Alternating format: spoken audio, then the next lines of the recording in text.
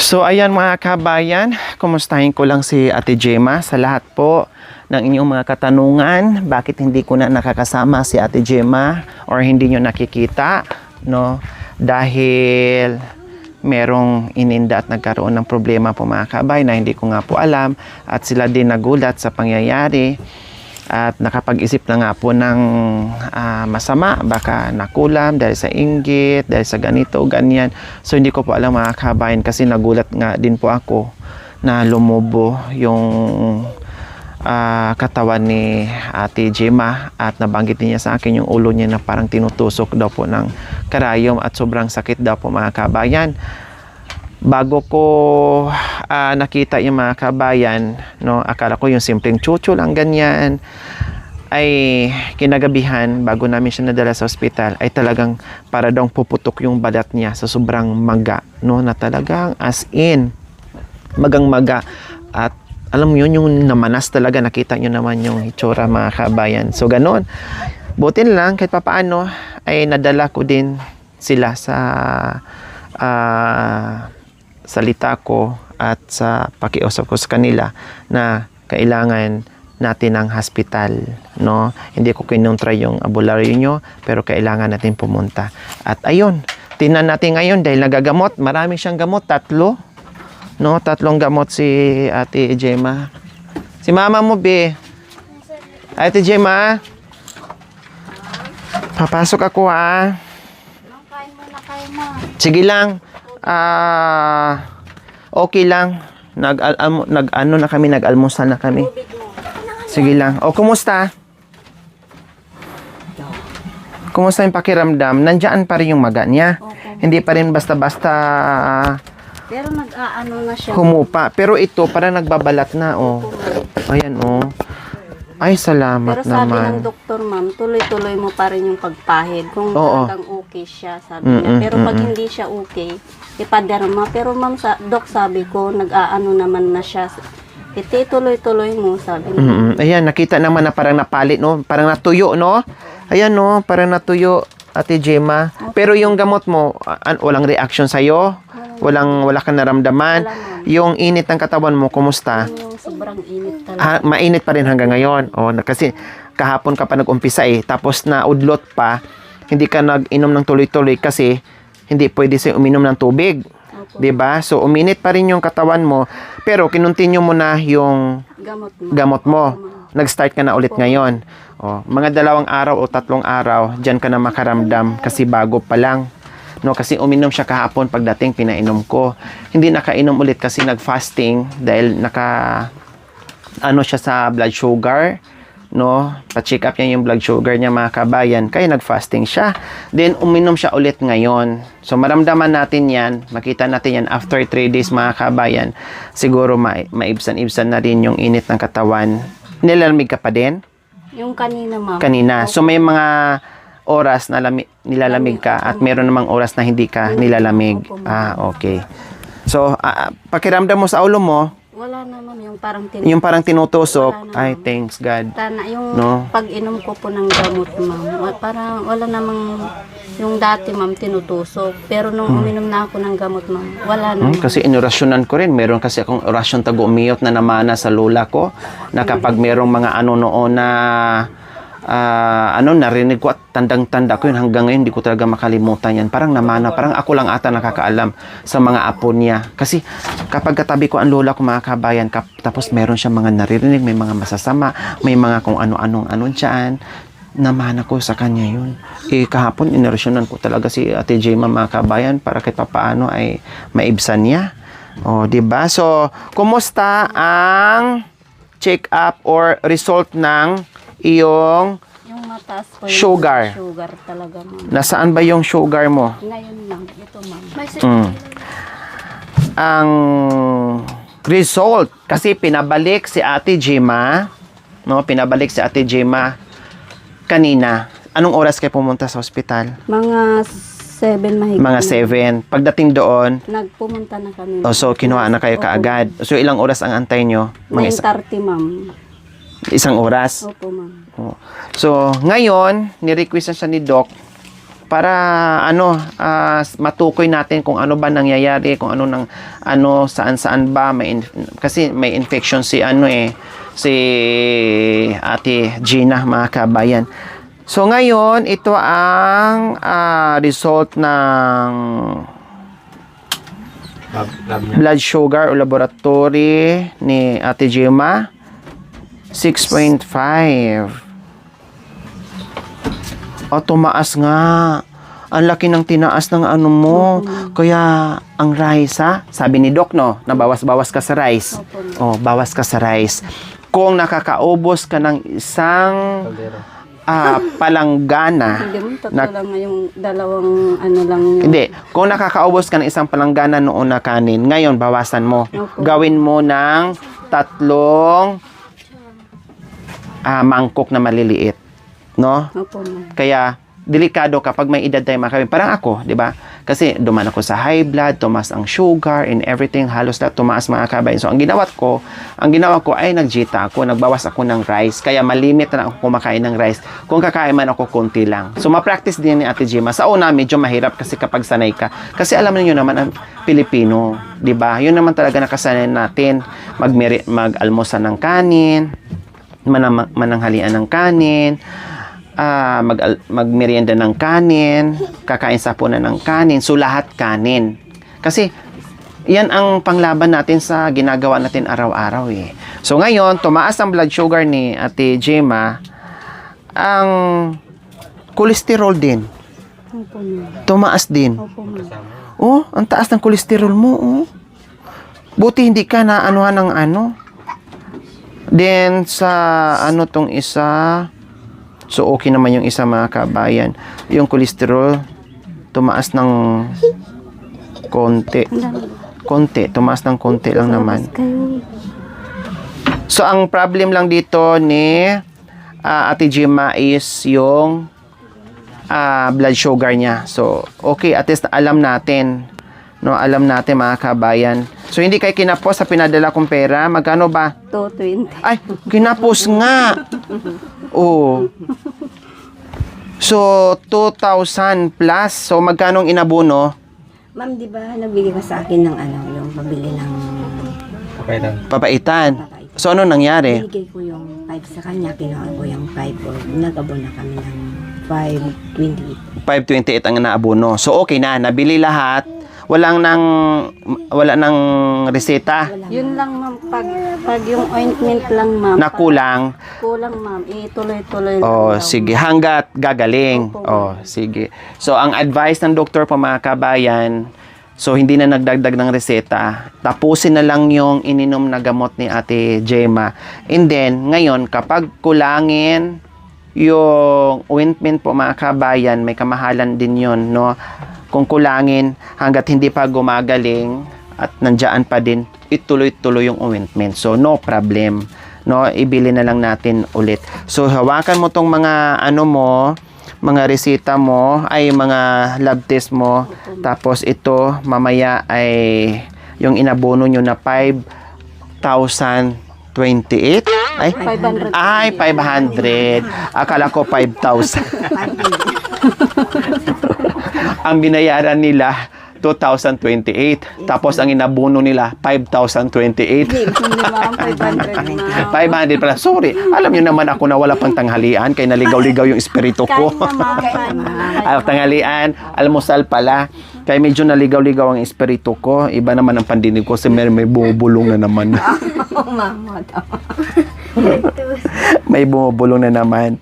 So ngayon, hindi ka na sinabihan na magpa-confine. Pero pag hindi talagang ang gusto nga nila, ma'am, confine.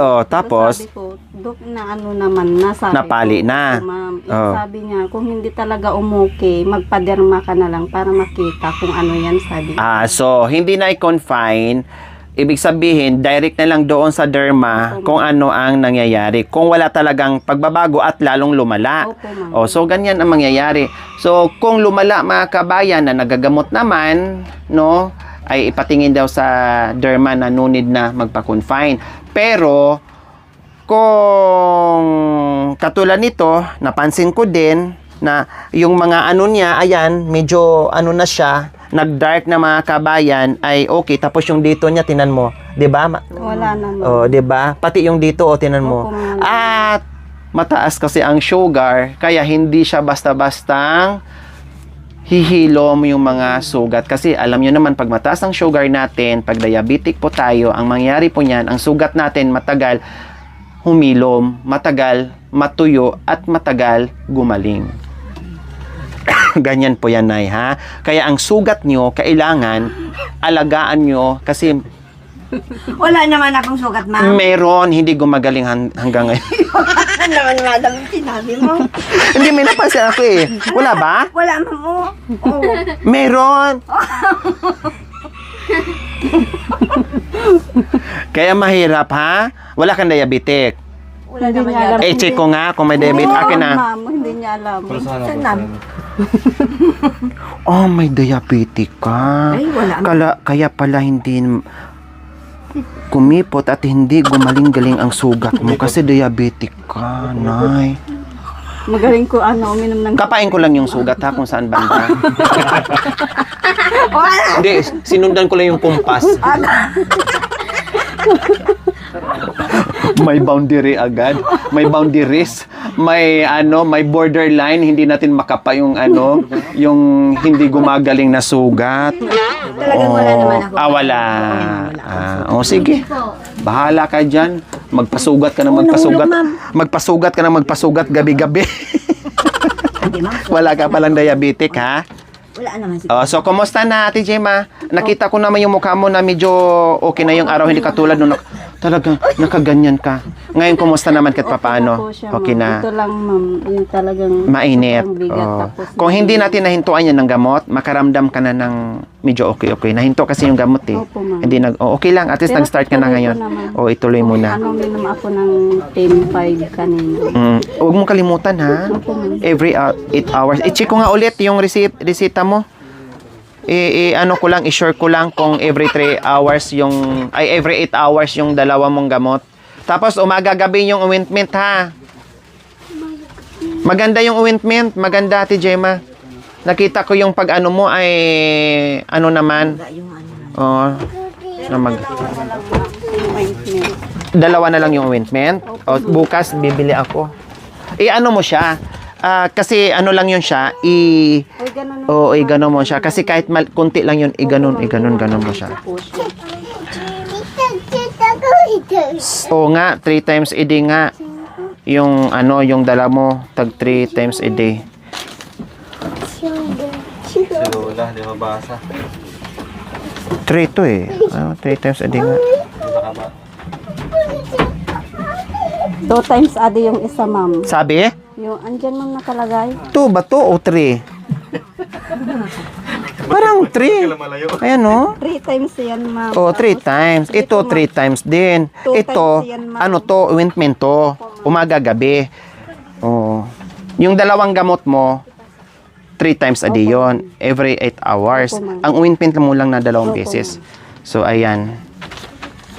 At, okay na mga kabayan. So, nag-abono sila na short ng 528. Ganun talaga kasi private hospital mga kabayan, 'di ba?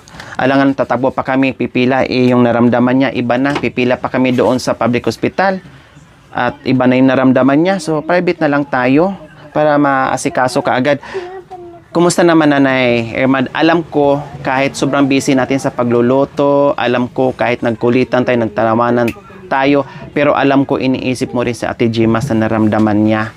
Anong pakiramdam mo ngayon na napa-hospital na natin, nagagamot na siya, at nakita mo na medyo okay siya. So, ano namang naramdaman mo ngayon, Erma? Medyo na na rin yung po yung ko din, ma'am, asa. Lumuwag. Kasi noon talagang parang mabigat sa pakiramdam ko na. Nakikita sa na ganyan. Bakit hindi ba kaagad nasugod sa hospital?